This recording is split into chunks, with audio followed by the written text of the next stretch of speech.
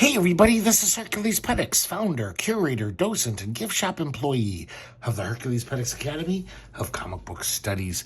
Today we're going to be looking at Sidetrack City and Other Tales by Kaz, the great cartoonist who pretty much came to prominence in Raw magazine. And then over the next decade, all throughout the 80s, he was like appearing in the New Yorker, Entertainment Weekly, like just mainstream magazines, details, but also appearing in more issues of Raw, lots of compilation comics, anthologies like Snake Eyes, and too many to mention, to be honest. And actually, I just can't remember them. But did tons of short stories. Then around the 90s, he started doing a strip for alternative weeklies called Underworld. And it seems like that's pretty much all he did in comics forever. I don't even know if Kaz has done a comic in like 20 years or longer, because he got into animation. Once again, we lost another great cartoonist to animation. It's either animation or academia. We lose so many good cartoonists that way. But this was a nice book published by Fantagraphics, and collects a lot of his early 90s stuff from various sources. Start off with a really nice cover.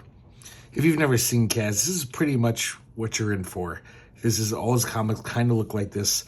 He pretty much draws in the same style. For decades he kind of drew just like this. But luckily I like this. So I like this anthology. I'll try to, actually I can't open this without breaking the spine. So this is a end papers, kind of a double page thing going on. And just a total example of Kaz's imagination and just great classic cartooning chops mixed with like a very surreal, crazy imagination. We have a picture of young Kaz and the title page. Really nice drawing there. So we have the contents page with another nice little drawing. And we start off with the tragedy of Satan. I believe this was in Snake Eyes. I couldn't track down any of the sources of these comics. I couldn't find anything on the internet that told me where everything was from. But this is a great one. It's we see Satan in hell, and he has a dream that he's good, and he starts thinking about how he's basically just a clockwork automaton. Like basically God made him just evil all the time. So he has no free will. He can't really make a choice. So he says, fuck you, God. And then he tells his chief lackey, he says, put all my appointments on hold. I'm going to the material plane. So he climbs up to the surface, to our world. And he's just checking things out. And he sees this woman. And her name is Virus Slunk. And he falls instantly in love with her. She's a prostitute, among other things. She's a liar, a thief, a killer, a junkie. And, of course, she just sees it as a business transaction. But he's just like, no, you don't understand. I love you. I want to be together with you. And she's like, fuck that. That is not me. That's not what I do. He calls up his lackey and he says, bad news, chief. The sinners are piling up. Some of the ranks have even deserted. And it's starting to get cold down here. But Satan doesn't care. He's just totally in love with Virus. So after he leaves Virus's apartment, her pimp shows up. Frank. And when Satan comes back, he realizes, I need another plan of attack. I have all these supernatural powers. I'm going to use them to get Virus to love me. He basically summons this weird creature that spits up or excretes this huge, beautiful diamond. And he offers it to Virus. Doesn't change her mind. I kind of love this when he says, you can't refuse me, I'm Satan. And Virus Slug is this amazingly strong character. She says, don't tell me what I must do. I'll never love anything. The whole universe is one big decaying putrid stool. You and God can go fuck yourselves. It's just a great little speech. And she kicks him out. So Frank sees the diamond, but then it disappears because Satan takes it away, and he blames Virus, and Frank kills her. It's off camera here. That great lettering.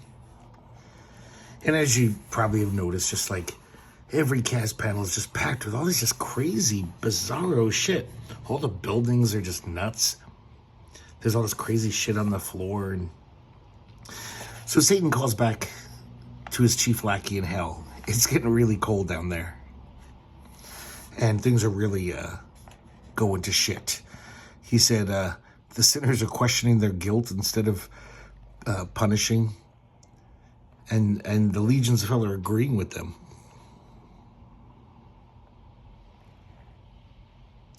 So he goes back to Virus's place.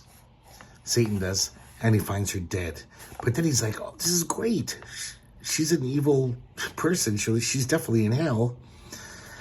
And then I have all eternity to work my mojo on her. When he goes down there, he talks to the admissions guy. And he says, bad news, Chief. She was sent to purgatory. I guess because she never fully accepted you. She's not as bad as, you thought. I love this panel of him just raging against his fate. Eventually, hell warms up, though it never got quite as hot as it used to be. And it looks like Satan is just making these paintings of Virus. He's pining for her. It says, apparently there's an old saying, hell comes apart when the devil gets a heart. That hasn't happened yet, but he did grow a pulmonary artery. That's such a great little story. Kaz has got such a great inking style. It's really solid, his blacks. I like this one, Kiss of Shame. It's just about a weird town where all the men have tits. And they're all like tough as nails because they're kind of pissed off and sensitive about it. So they always get fighting each other. And so that's basically just all his gags about, some of them embrace it. And they're like, ooh, a new bra. It's funny stuff. Next we have Bill Beak. And I wonder if these were the ones in Nickelodeon. No, they're too gory. Because he even did kids comics for Nickelodeon magazine. And we see Bill Beak being born. He wants to go back into the shell. Back to the womb, if you will. Look, we see Frank from the first story. There's all kinds of cameos. Almost like Sidetrack City is this complete world, that has continuity. And then Bill Beak just goes on this rampage. Starts murdering people. Just a little weird little gag. Here we have Demizo, who's like the death clown. And he just goes around killing people. But then the townspeople get revenge and kill him. Of course, it's much funnier than that. I can't read all of these out loud. This one, though, I do got to mention. Bill Beak, he thinks he can fight the snake. The snake swallows him. So what he does is he speeds through the digestive process. So before he can even be digested, he gets shit out. And he's just covered in shit here. He even pretends it's a placenta, like it's a new life for him. God. And then we have a little gag strip on the bottom. Okay, so these definitely weren't in Nickelodeon magazine. And here we have Kaz Women. And look, we got Virus Slunk. We get a little profile of Virus. And her Black Widow-like ways. How she just goes around killing men. Here we have the little bastard, which relatively recently, a few months back, we looked at this in Raw number 3, I believe it was. Volume 2, number 3. Could be off on that. It was one of those smaller Raws. A great one. A really, just beautiful, imaginative cartooning. And it almost reads like almost like a funny poem. And basically, it's this little guy, the little bastard, who's part of this machinery, this factory, and he gets spit out one day on accident. He's a cog, basically. And he has to go out to the real world for the first time. He's exploring.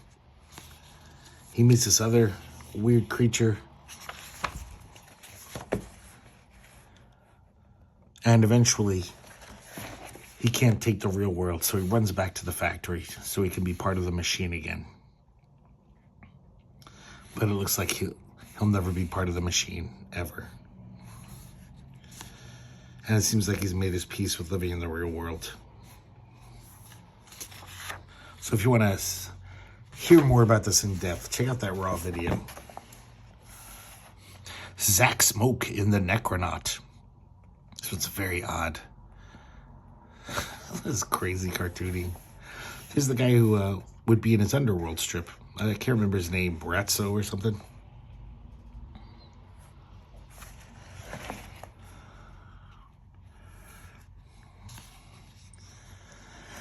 So Zach is looking for a drink to calm himself down, and he meets a friend, Helen.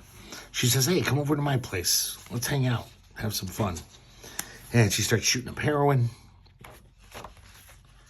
And she gives him some. He's never done it before.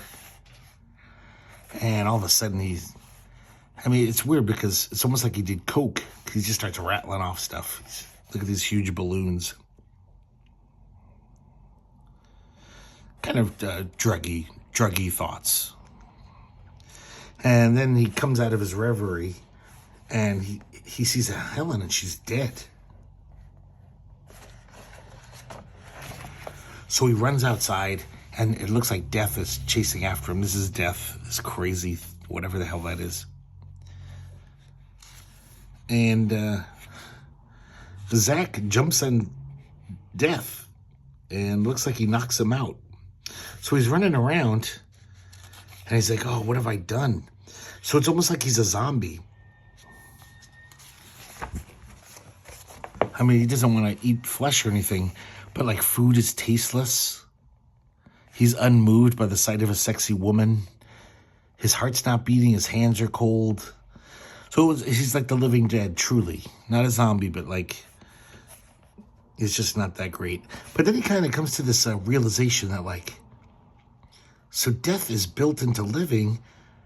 Maybe dying is living. And almost like he's come to peace with it. And then death shows up and chops his head off. Here we have Underworld. So this is where the comic strip kind of came from. I think a lot of these characters are in the Underworld comic strip.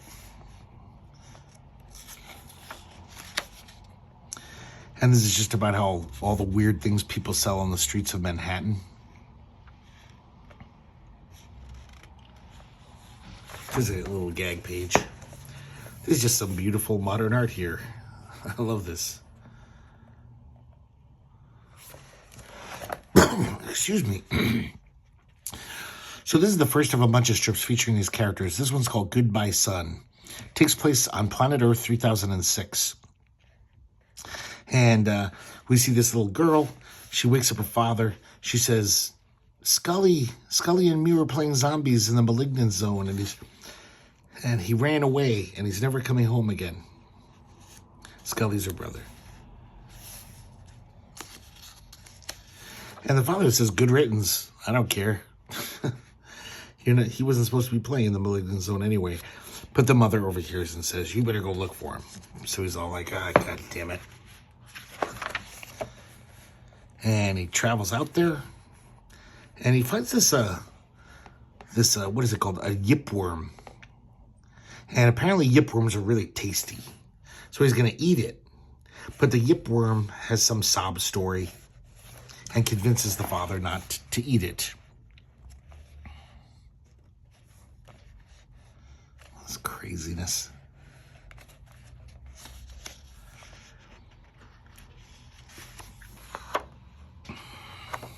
So he continues to search for his son after saying goodbye to the yipworm. And he finds him. And it turns out that the son found that same yipworm. He didn't give a shit about his sob story. And he just killed him. And the father's like, okay, let's make a fire. So they have this nice bonding moment, the father and the son eating the yipworm. Here's another story of those characters. This one I don't think has a title.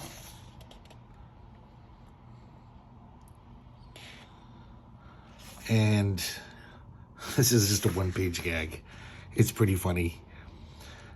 I guess I just love this idea that in the future, couples who want to have sex have to take all these crazy precautions. It takes like an hour. And look at this sexual apparatus they have to do just to have sex. She's in this like iron lung thing. This is nuts. So here's another Scully and Mandible. That's the sister's name. In animation. And once again, another gag. Gag strip. Oh, and yet one more. This one's called The End. Another gag.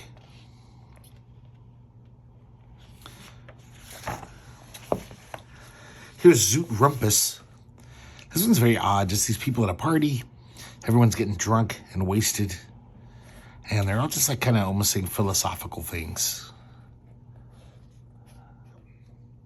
And Zoot Rumpus stumbles off. And someone says, "Radiant moon out tonight, Zoot." But he's just like totally lost in his head, thinking all these heady thoughts about, is the distinction between past, present, and future only a stubbornly persistent illusion? You know, kind of sophomoric stuff like that. And then he falls on his back and looks up at the moon and just says, "A radiant moon." It's so odd, this one. Really like the cartoonie in this. I really like this Zoot Rumpus. It's almost like a Teletubby who's gone to seed. And here we have the magnum opus of this collection, Sidetrack City. And I guess we meet Bismarck. He's a part-time movie projectionist. He's sitting in his apartment, and he hears on the radio that there's going to be City Twisters tonight. And he says, "Oh, I better get some milk and eggs before the City Twisters start."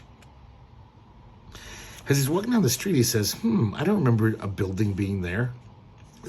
I guess buildings just pop up here. And he sees a woman that he knows, this homeless woman that he lets sleep in his theater sometimes. Prickly. She's lying on the street. Kind of looks like this cactus lady. She says, "Get up." And he invites her to stay with him, but she says, "No, I have to be out on the streets so I can, see if Jesus leaves me a sign." She's kind of a fanatic.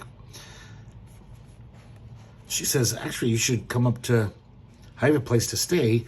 It's my ex-husband's studio." So I guess she's divorced from her husband, but they kind of still share this studio. And her husband's a sculptor, a very famous sculptor, Nicotine Lamborghini. So he has all these crazy sculptors. I kind of love this Kaz, just like, I mean, I could look at pages and pages of Kaz's sculptures, fake sculptures. So they're just getting drunk, hanging out, and then our hero, God damn it, I forgot his fucking name. I hate this. I bet my memory is Bismarck. Bismarck knocks over some of the sculptures. Look how weird the art gets here. Like I earlier said that Kaz always draws the same, but this is very odd for him. Very, just crude. A lot of these are kind of interesting for Kaz. I wonder if this is like earlier. Actually, nothing in here is earlier than 91, so it's around the same time. I guess he's just trying something new.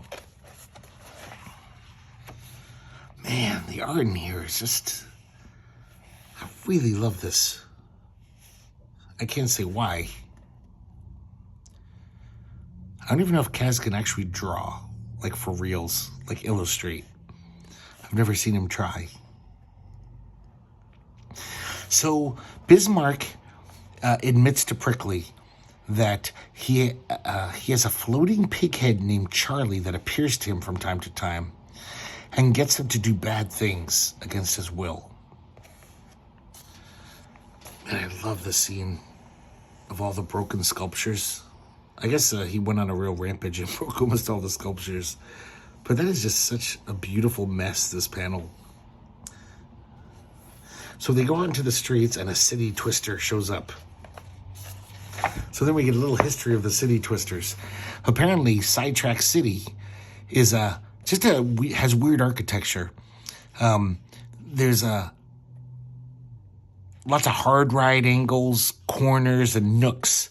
So the winds in Sidetrack City collect in these weird nooks and corners and stuff, and turn into city twisters, almost like super strong dust devils. And one of them grabs Prickly and swoops her away. So Bismarck tries to chase after her, but he's not fast enough. Just another crazy panel. Look at that. Look how these panel edges lead into the next panel. I don't think anyone's ever done that before. So then Charlie shows up. And Charlie can, basically Bismarck sees some garbage and he says, hey, that looks like the sculptures that I just destroyed. I'm going to make my own sculpture. And he's really happy with himself. He's like, that was fun. But then Charlie shows up and says, destroy it. Even though he doesn't want to, so he does. He has to listen to Charlie. Look at that building there, and it's just wonderful. Just oddness.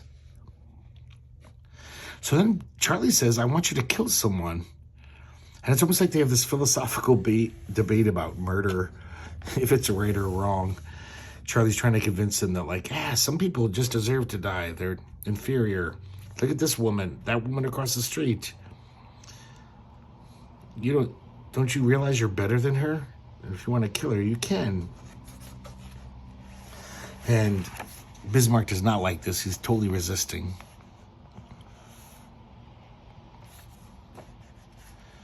So even Charlie realizes there's too many cops in the city. So he says, let's go out to the suburbs and you can kill someone out there. They take the trolley out there, the devil's trolley. And look, it's the devil from the first story, the same little Satan. He drives the trolley. Sometimes he breaks out into rhyme.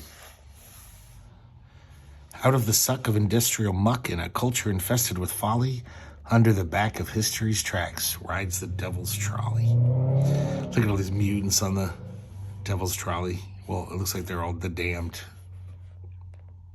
God, look at this craziness.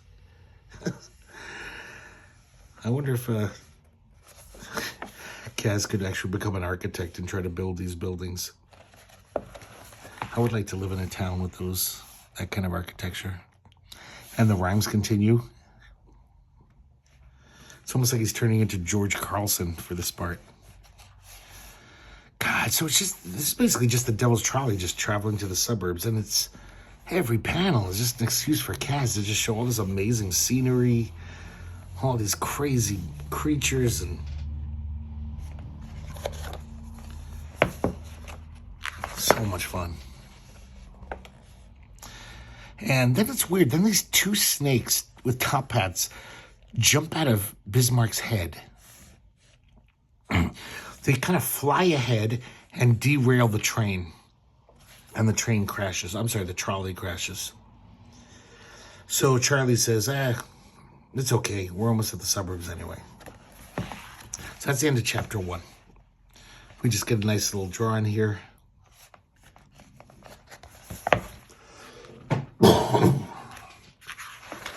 Sorry, guys, about the cough. This really just won't go away.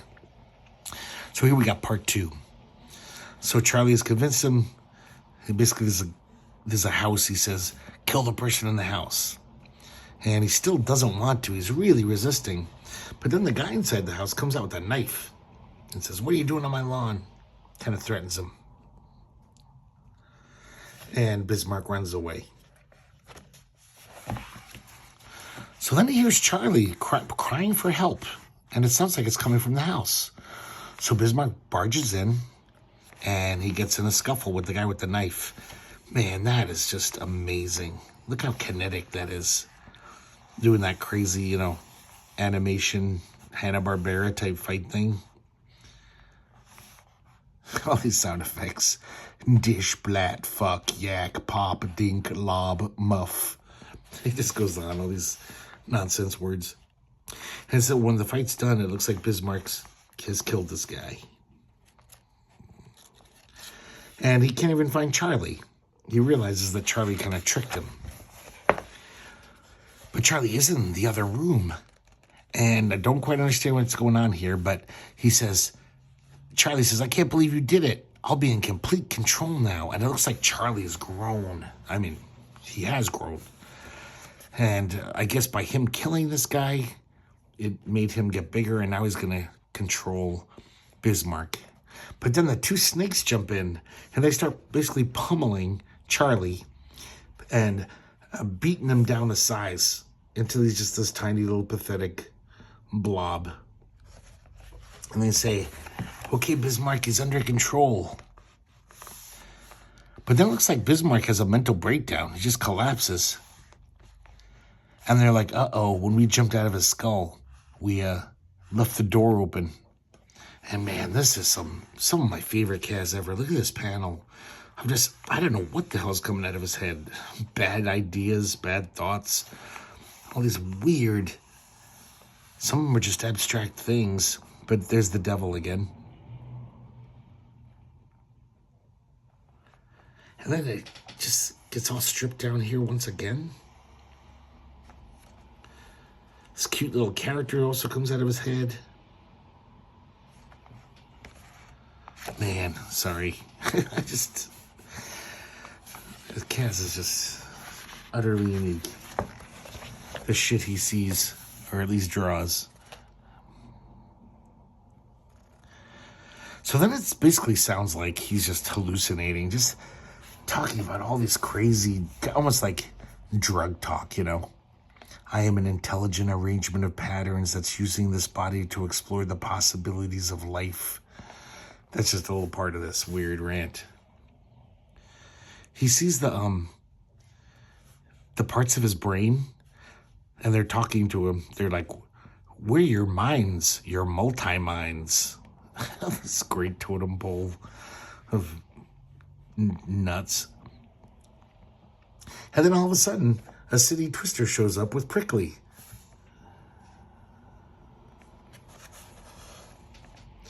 The snakes are talking to him. And they basically say, you know what you must do. And so all of a sudden, it seems like Bismarck gets his shit together and says, all right, multi-minds, front and center. And he basically sucks everything back into his head, all that craziness. He says, we are one. So I guess he almost healed himself. The guy who he stabbed, he says something like, you're not completely dead. You have become a part of me. Let me remove the knife. And there was something on his shirt, and it's this diagram, the cult of turmoil. Just this crazy diagram. Turns out it's an how do you say that word? Alchemical drawing of Sidetrack City. God, that's embarrassing. Alchemical. And then he finds Charlie, little tiny Charlie, after the snakes beat him up. And he's just basically laughing at Charlie and squishing him and stuff. So then he says to himself, I'll have to find Prickly. So I guess when Prickly was in that City Twister last page, it was just a vision he had. Oh, more of this amazing, crazy architecture.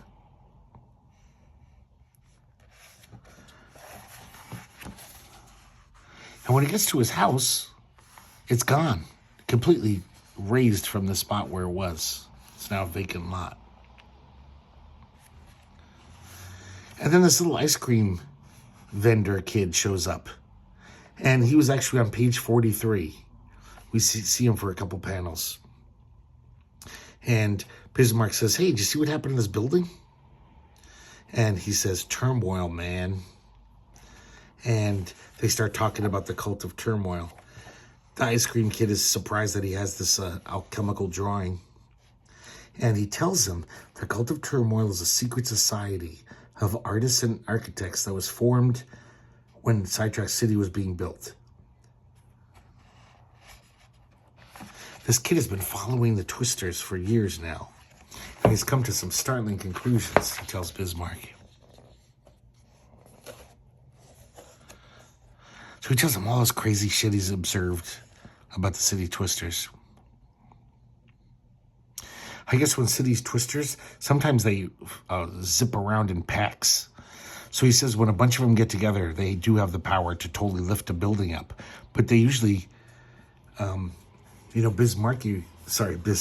Bismarck, not Bismarcky. He realizes that, oh yeah, that's why sometimes these buildings just pop up. I guess they suck up buildings, but then they also spit them out in another part of the city. And the kid confirms it. He says, yep, that's exactly what the city Twisters do. So then he continues the search for Prickly. And another city Twister shows up. So the ice cream kid says, hang on, I'm going to follow that sucker. And Bismarcky's on his cart. God, I said it again, Bismarck's on his cart. And he also talks more about this Cult of Turmoil.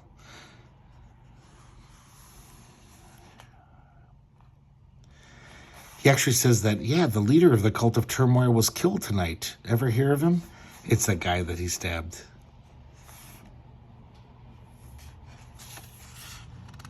There's a bunch of city Twisters all combined.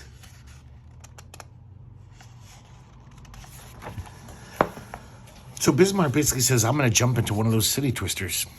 It seems like it's almost like a metaphysical trolley. It'll take me to another place. Maybe I'll find Prickly there. So he does just that. And then it looks like he goes through this, whatever the hell this is, some crazy cartoony dimension. It's like, I guess, this is almost like Dormammu's dimension, if Dormammu was Max Fleischer.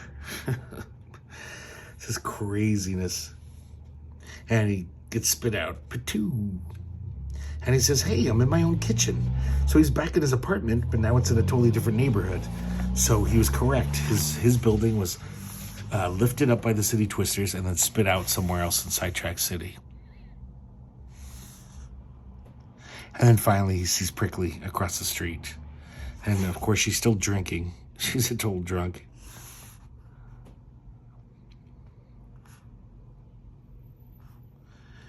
And then it's just such a weird little thing. So I guess there's a little picture of Charlie on the wall, almost like a silhouette. And Prickly and this other little goofball, they're like almost like praying to it. They're worshiping it. They think it's a sign of Jesus. He goes across the street, though, and he sees that woman from before that Charlie was telling her was such a useless, piece of crap.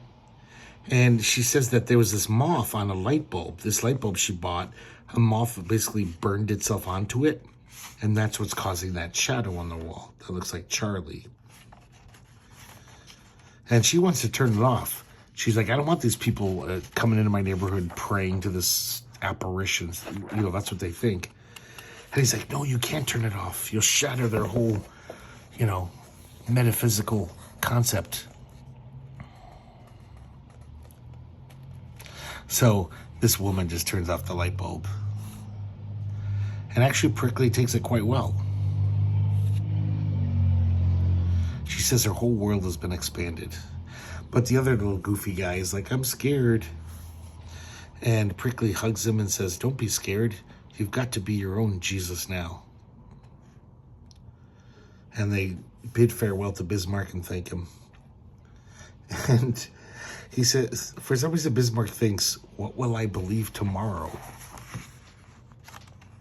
And we end with another little poem.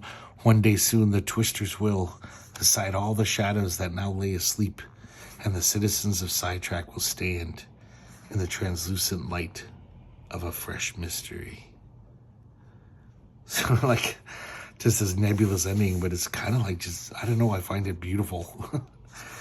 Just get to see more beautiful panels of, crazy panels of Sidetrack City.